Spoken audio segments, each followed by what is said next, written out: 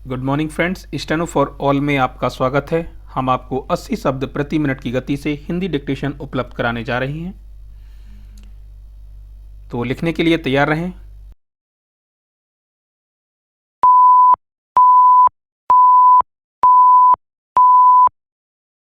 समय का मूल्य पहचानते हुए बेंजामिन फ्रैंकलिन ने कहा है, बीता हुआ समय कभी वापस नहीं आता और यह सच भी है कि खोया हुआ धन पुनः अर्जित किया जा सकता है, खोए हुए वैभव की पुनः प्राप्ति की जा सकती है, उचित चिकित्सा व संयम के बल पर खोए हुए स्वास्थ्य को फिर से बहाल किया जा सकता है।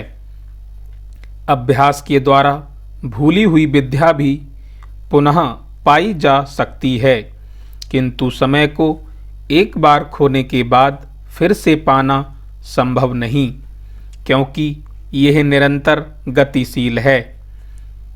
कबीर ने मृत्यु को अवश्यंभावी बताकर जीवन के एक एक पल का सदुपयोग करने की सीख देते हुए कहा है, काल करे सो आज कर, आज करे सो अब, पल में परलय होएगी बहुरी करेगा कब।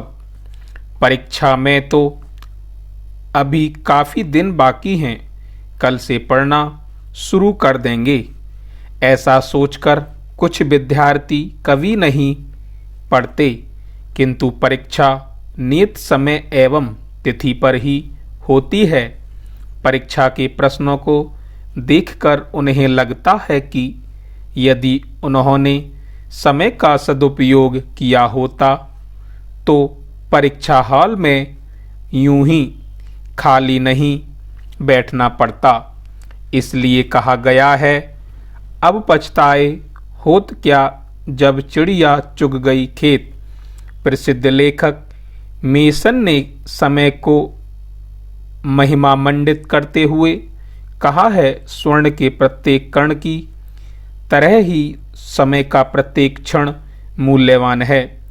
प्लेटफार्म पर खड़ी रेलगाड़ी अपने यात्रियों की प्रतीक्षा नहीं करती और देर से पहुंचने वाले अफसोस करते रह जाते हैं। इसी तरह समय भी किसी की प्रतीक्षा नहीं करता। अंग्रेजी में कहा गया है, अर्थात समय और समुद्र की लहरें किसी की प्रतीक्षा नहीं करते। मानव जीवन में समय की महत्ता को समझने के लिए प्रकृति में भी उदाहरण भरे पड़े हैं। कभी कभी बरसात के मौसम में वर्षा इतनी देर से शुरू होती है कि खेतों में लगी फसलें सूख जाती हैं। ऐसे में भला वर्षा होने का भी क्या लाभ। भक्त कवि तुलसीदास ने प्रकृति के इसी उदाहरण का उल्लेख करते हुए जीवन का समय की महत्ता को इस प्रकार से समझाया है।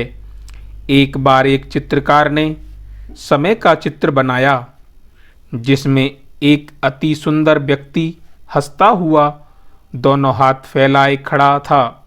सामने से उसके केस सुंदर दिख रहे थे, पर पीछे से वह बिल्कुल गंजा था। इस चित्र के माध्यम से चित्रकार यह संदेश देना चाहता था कि समय जब तक आता है तो आपकी ओर बाहें फैलाए आता है। ऐसे में यदि आपने सामने से आते हुए समय के केस पकड़ लिए तो वह आपके काबू में होगा, किंतु यदि आपने उसे निकल जाने दिया तो पीछे से आपके हाथ उसके गंजे सिर पर फिसलते रह जाएंगे और फिर वह आपकी पकड़ में नहीं आएगा। इसलिए समय को पहचानकर उसका सदुपयोग करना चाहिए। समय के सदुपयोग में ही जीवन की सफलता का रहस्य निहित है। राजा हो या रंक, मूर्ख हो या विद्वान, समय किसी के लिए अपनी गति मंद नहीं करता। इसलिए सबको जीवन में सफलता के लिए समय का सदुपयोग करना ही पड़ता है। आज तक जितने भी महापुरुष हुए हैं, उनकी सफलता का रहस्य जीवन के हर पल का सदुपयोग ही रहा है। कठिनाइयों एवं संघर्षों का सामना करते हुए वे निरंतर अपने निर्धारित लक्ष्य की ओर बढ़ते रहे और एक दिन अपने लक्ष्य को प्राप्त करने में सफल रहे।